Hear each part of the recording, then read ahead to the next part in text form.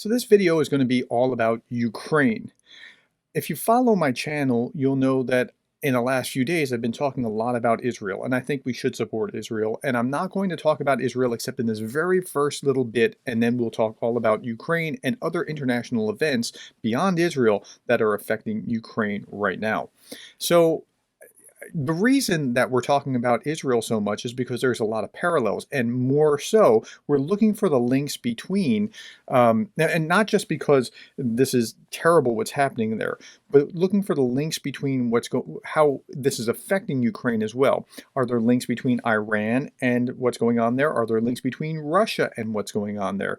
Zelensky came out and was very full-throatedly supporting Israel. So that's what's going on there. But even when I look at my Ukraine feed on Twitter, this is a dedicated feed just to Ukraine. One of the few things that comes up here, it's about Israel again and again, and even more so now that it appears that Hezbollah is getting into the act. And this is a map of Hezbollah's drone swarms in Israel. Okay, let's set that aside as much as we can, because see, what Russia, I think, wants to do with Israel is actually have the West forget about Ukraine. We're not going to do that. Will the West forget about Ukraine amid the Israel-Palestinian war? This is a Pravda article, and there's a number of articles that I've seen in Pravda and TASS and RT that have come out since the war broke in Israel this last weekend. We're not going to fall for that. Now, what's interesting about this is that the White House and other lawmakers are weighing linking Ukraine and Israel aid. And I think this could actually break in Ukraine's favor. So, it could kind of break the logjam if they can tie it together effectively and make sure that Ukraine gets their aid. The Biden administration and key lawmakers in Congress are actively discussing whether aid to Israel could be linked to more funding for Ukraine as a strategy to pass both spending priorities, according to an administration official and two pro-Ukraine Republican lawmakers. Republican senator told NBC News that they expect both Israel and Ukraine to be linked in a future spending bill. Quote, "I do believe that there will have to be a supplemental that includes aid to Israel as well as Ukraine, given the horrific terror attacks by Hamas." Now, again, I told you I'm going to stop talking about Israel, and I really will. Let's look at some other news that's important that's also going on relating to Ukraine. So Russia, now this isn't about Ukraine, but this is about Russia, who is very tied to what's going on in Ukraine. Russia fails to return to the UN rights body after losing a vote. So Russia was trying in the last few days, and yesterday failed, at trying to return to the UN Human Rights Council. Like, wrap that around your mind. How bizarre is that Russia wants a seat on the Human Rights Council? Russia won 83 votes versus 160 for Bulgaria, 123 for Albania. But the story here shouldn't be the headline that Russia fails to return. The headline should be, how did Russia win 83 votes?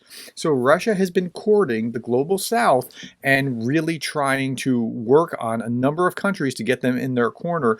And the momentum for Russia has been building significantly, where they got 83 votes. Now, they didn't get on the council, but that's an alarming figure and something to keep an eye on.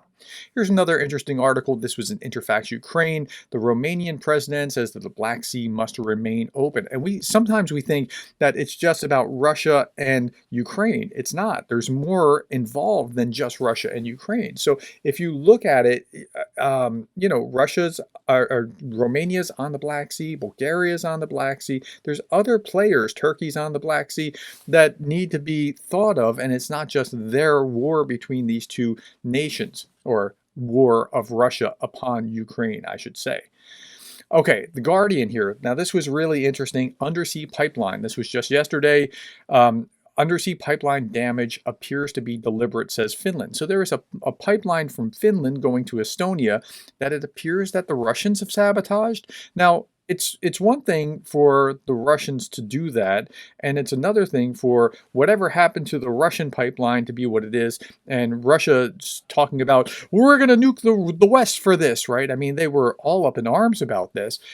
So should NATO have a stance that this is an attack on NATO states? Now, I'm not trying to trigger World War III. That's not where I'm going with this. I'm just looking at the logic of this. Russia, you can either squawk about it or recognize that this is what happened, or you should expect NATO to be all up in arms about this pipeline as well. Extensive damage to an undersea gas pipeline and communications cable connecting Finland and Estonia could not have occurred by accident, and it appears to be the result of a, quote, deliberate external act, unquote, Finnish authorities have said. Local media cited unnamed government sources saying that Russian sabotage was suspected, while regional security experts said a Russian survey vessel had been recently observed making repeated visits to the vicinity of the pipeline. And then a little bit further down, now this is where the pipeline is. It connects Finland to Estonia, providing natural gas. And so seismologists in Norway's National Data Center for the Comprehensive Nuclear Test Ban Treaty confirmed late on Tuesday that they had registered a probable explosion at 1:20 a.m. on Sunday.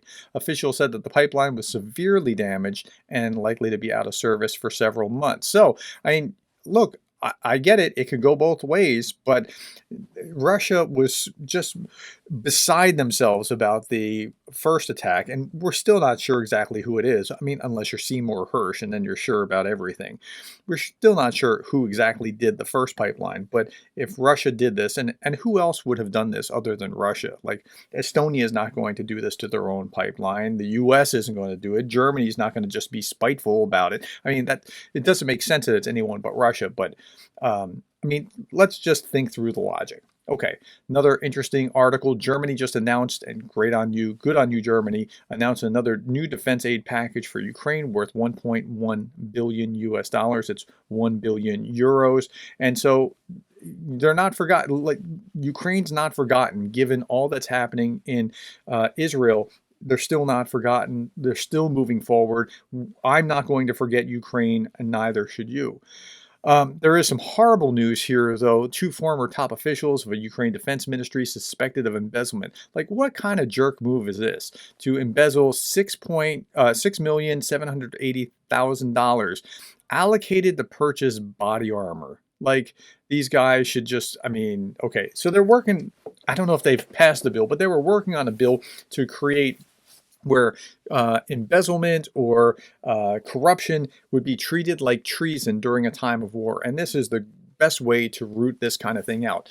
Now, the good thing is, the bad thing is that there was what looks like corruption. The good news is that they're rooting it out, and they're working to root this out. And culturally, hopefully by the end of the war, they will have worked a lot of this out. Fun story here. It looks like the Ukrainians, who have been incredibly sophisticated technologically and very creative, Ukraine claims to have invented an invisibility cloak to help its snipers and specialists evade detection from Russian troops.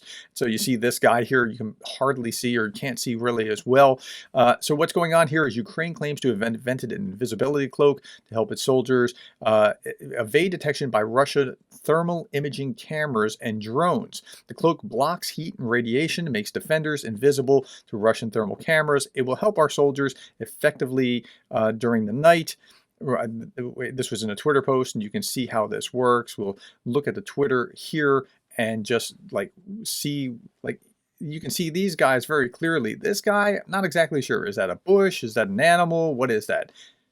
Right? I mean, it's pretty significant. I just think that's absolutely amazing. Like, look at that, all blown up. Okay, and so that's where we are. And apparently this tactic was also reportedly used by the Taliban in Afghanistan. So we're not talking sci-fi. They're just improving on something that has already been being used before. Okay, so that's all that I have to say. I just want to refocus some things on here. I'm going to be covering both Israel and Ukraine, and I'm particularly interested in the nexus between the two. So if you don't like something that's particularly Israel, that's okay. You don't have to watch that. But I'm going to try to cover both, and particularly look at how Russia is involved, or whatever links are there between Russia and Israel as it might affect Ukraine. So that's what I'll be doing moving forward, because I don't think I can ignore the other in the same way that I couldn't ignore if China were to invade Taiwan and what's going on. But I'm not going to forget Ukraine. I promise. Okay, thank you for the time. Thank you for the likes, the shares, the subscribes, the coffees, and thank you for being the kind of person that cares about Ukraine.